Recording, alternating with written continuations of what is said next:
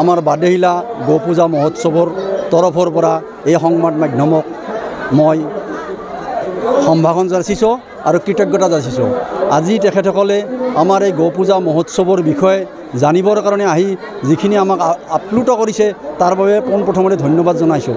আৰু মই এই বিষয়টো কোৱাৰ আগে আগে মই এটা শ্লোকেৰে আৰম্ভ কৰিছোঁ। ঔ নমো ব্ৰহ্মণ্য দেৱায় গো ব্ৰহ্মণ্য হিতায় চ জগদ্দিত্যায় শ্ৰীকৃষ্ণায় গোবিন্দায় নমো নমঃ পাপহং পাপ কৰ্মহং পাপাত্মা পাপ সম্ভৱ ত্ৰাহি মাং পুণ্ডৰীকাক্ষং সৰ্বপাপ হৰহৰি। বাদেহিলাবাসী ৰাইজে আন অঞ্চলৰ ৰাইজৰ সহযোগত আজি ৭৮ সংখ্যক বাদেহিলা গো পূজা মহোৎসৱ উদযাপন কৰিছে 4 দিনীয়া বৰ্ণাঢ্য কাৰ্যসূচীৰে। ইয়াত আমাৰ স্থানীয় বিধায়কৰ আদি কৰি বা প্ৰাক্তন বিধায়ক আদি কৰি সকলোৱে লগ হৈ এই 4 দিনীয়া কাৰ্যসূচীৰে যোৱা 22, 23, 24, 25 কাতিলৈকে অৰ্থাৎ যোৱা 22 তাৰিখৰ পৰা অহা 25 কাতিলৈকে আৰু ইংৰাজী 8 নৱেম্বৰৰ পৰা অহা 11 নৱেম্বৰলৈকে এই কাৰ্যসূচী চলিব। এই কাৰ্যসূচীত আমাৰ বিভিন্ন বিষয় বিভিন্ন অনুষ্ঠান থাকিব আৰু লগতে এই গো পূজা মহোৎসৱটো মূলত হৈছে আমাৰ গো মাতা অৰ্থাৎ গোলক্ষ্মী কৃষিজীৱী মানুহৰ উন্নয়নৰ কাৰণে গোলক্ষ্মীক পূজা কৰা হয়। আৰু ইয়াৰ এটা তাৎপৰ্য আছে, ইয়াৰ বৈশিষ্ট্য এটা আছে যে এই গো পূজাটো গো মাতাক পূজা হয়। জীৱন্ত গাই গৰু আৰু দামুৰী এহালক যিজনী গাই গৰুৱে গাখীৰ দি থাকিব সেই গাই গৰু আৰু দামুৰী হালক পূজা কৰা হয়। লগতে শ্ৰীকৃষ্ণ আৰু বলৰামক পূজা কৰা হয়। আৰু আমি বেদৰ পৰা পোৱা মতে বা উপাখ্যানৰ পৰা পোৱা মতে গোকুলত শ্ৰীকৃষ্ণই সেই সময়ত গোকুলক উদ্ধাৰ কৰাৰ কাৰণে গোবৰ্ধন পৰ্বতৰ দ্বাৰাই কি কৰিছিলে যে শ্ৰীকৃষ্ণই এই গোকুলক উদ্ধাৰ কৰিছিল ইন্দ্ৰৰ কবলৰ পৰা। ইন্দ্ৰই অভিশপ্ত হয় গোকুলবাসীক বৰষুণেৰে বৃষ্টিৰে একেবাৰে বহুত অত্যাচাৰ কৰিবলৈ ওলাইছিল, কিন্তু গোবৰ্ধনটো শ্ৰীকৃষ্ণই ওপৰত ৰাখি আঙুলিৰে ৰাখি গোকুলবাসীক বচাইছিল। ঠিক তেনেকুৱাকৈ আমাৰ ৰাইজেও বিশ্বাস কৰি আহিছে যে গো মাতাক পূজা কৰিলে, গোলক্ষ্মীক পূজা কৰিলে যথেষ্ট উন্নতি হয় বা শ্ৰীবৃদ্ধি হয়।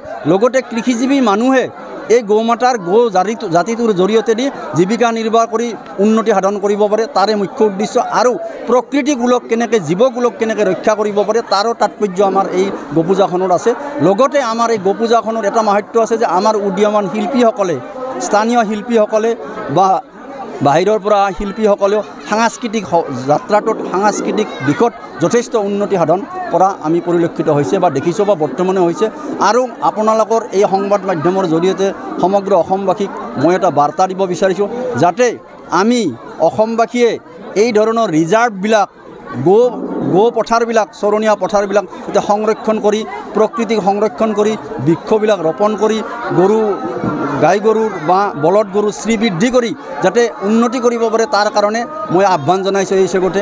আৰু এই অনুষ্ঠানটোত আমাৰ 4 দিনীয়া অনুষ্ঠানটোত আজি আমাৰ মূল গস্তাষ্টমী বা গোপাষ্টমী বুলি কোৱা হয়। এই গস্তাষ্টমী উৎসৱটো আমাৰ এই বিশেষ তাৎপৰ্যৰে পালন কৰি সকলোৱে ইয়াত ভগৱান শ্ৰীকৃষ্ণৰ শ্ৰী বলৰামৰ আমি আধ্যাত্মিকতাৰে পূজা পাৰ্বণ কৰোঁ আৰু খুব আধ্যাত্মিকতাৰে গাই দামুৰী হালক পূজা কৰি ইয়াৰ উন্নতি সাধনৰ কাৰণে আমি সদায় কৰি আহিছোঁ আৰু ভৱিষ্যতে কৰাৰ চেষ্টা কৰিছোঁ। আৰু আমাৰ গাঁওবাসীয়ে আন ওচৰৰ গাঁওবাসীকো ইয়াৰ লগত সহযোগিতা আগবঢ়াইছে। লগতে আমাৰ বিভিন্ন ঠাইত থকা মানুহবিলাকে এই পূজাসমূহত গাঁওবাসীৰ প্ৰত্যেকে একতাৰ বান্ধোনেৰে বান্ধ খোৱাৰ কাৰণে তেওঁলোকে আজি এবাৰ হ'লেও গাঁৱলৈ আহিব বা এই অনুষ্ঠানটোলৈ আহিব। লগতে তেওঁলোকে গস্তাষ্টমীৰ আগদিনাখন দীপাৱলী সদৃশ পদূলিৰ মুখত এটা বিশেষ তাৎপৰ্য কলগছ পুতি ভগৱান শ্ৰীকৃষ্ণক আদৰণি জনায়। অৰ্থাৎ শ্ৰীকৃষ্ণৰ যেতিয়া মূৰ্তি আমাৰ আন ঠাইৰ পৰা অনা হয় তাত এটা বৈশিষ্ট্য আছে, সেই বৈশিষ্ট্যৰে সেৱা জনাই ভগৱানৰ ওচৰত শ্ৰীবৃদ্ধি কামনা কৰি উন্নতিৰ কাৰণে সেৱা জনায়। এইটো এটা বিশেষ তাৎপৰ্য। লগতে মই আৰু এই বিষয়ে বিশেষ দীঘলীয়া কৰিব খোজা নাই, এইখিনি ক'ব বিচাৰিছোঁ যে আমাৰ ইয়াৰ লগতে সাংস্কৃতিক অনুষ্ঠান হিচাপে যোৱাকালি সাংস্কৃতিক অনুষ্ঠান আমাৰ স্থানীয় শিল্পীসকলৰ দ্বাৰা, নাট্যশিল্পীসকলৰ দ্বাৰা বা ল'ৰা ছোৱালীসকলৰ দ্বাৰা অনুষ্ঠান পালন কৰা হৈছে। তাৰপিছত আজিও আমাৰ নাট্য দলৰ দ্বাৰা নাট্যাভিনয় হ'ব। আমাৰ স্থানীয় নাগাৰা নামৰ দলৰ দ্বাৰা নাগৰা নাম চলি আছে বৰ্তমানো আৰু মূল পূজা আমাৰ চলি আছে। ইয়াৰ পিছত আমাৰ ভোগ বিতৰণ হ'ব।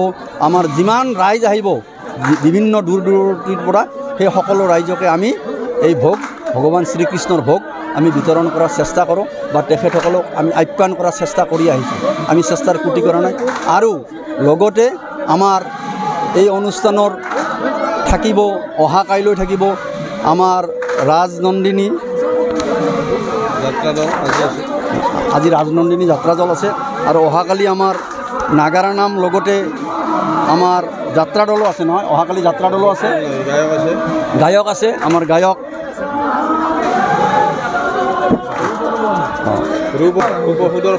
আৰু সুদৰ্শনা ভাগৱতীৰ সংগীতানুষ্ঠান আছে। এই সংগীত অনুষ্ঠানলৈকে আমি এই কমিটিৰ তৰফৰ পৰাই আহ্বান জনাইছোঁ। লগতে বিনয় ৰাজকুমাৰৰ খুব আকৰ্ষণীয় নাগৰা নাম হ'ব আৰু এই আকৰ্ষণীয় নাগৰা নামত আমাৰ ৰাইজৰ সহায় সহযোগিতা ইয়াৰ জৰিয়তে আমি বিচাৰিছোঁ যাতে তেখেতসকলে আমাৰ এই অনুষ্ঠানটো আমাৰ সাফল্যমণ্ডিত কৰাত সহায় সহযোগিতা কৰে, তাৰ কাৰণে কামনা কৰিছোঁ। লগতে আমি সমিতিৰ তৰফৰ পৰা ৭৮ সংখ্যক বাটেহিলা গো পূজা মহোৎসৱৰ সকলো সমিতি সভাপতি সম্পাদকে আদি কৰি সকলো সদস্যৰ হয় মই এইটো আহ্বান জনাইছোঁ। মই প্ৰাক্তন সম্পাদক আছিলোঁ এই অনুষ্ঠানৰে আৰু এইটো কৈছোঁ যে যিসকলে আমাক বিভিন্ন দিশেৰে সহায় সহযোগিতা আগবঢ়ালে তাৰ কাৰণে এই চেগতে মই কৃতজ্ঞতা যাচিছোঁ আৰু সদুশেষত সকলোৰে মংগল কামনা কৰি মই এটা বেদ শ্লোকেৰে এই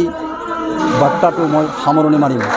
যিকোনো খবৰৰ বাবে যোগাযোগ কৰক 7099017330 অথবা 7099017990 নম্বৰত।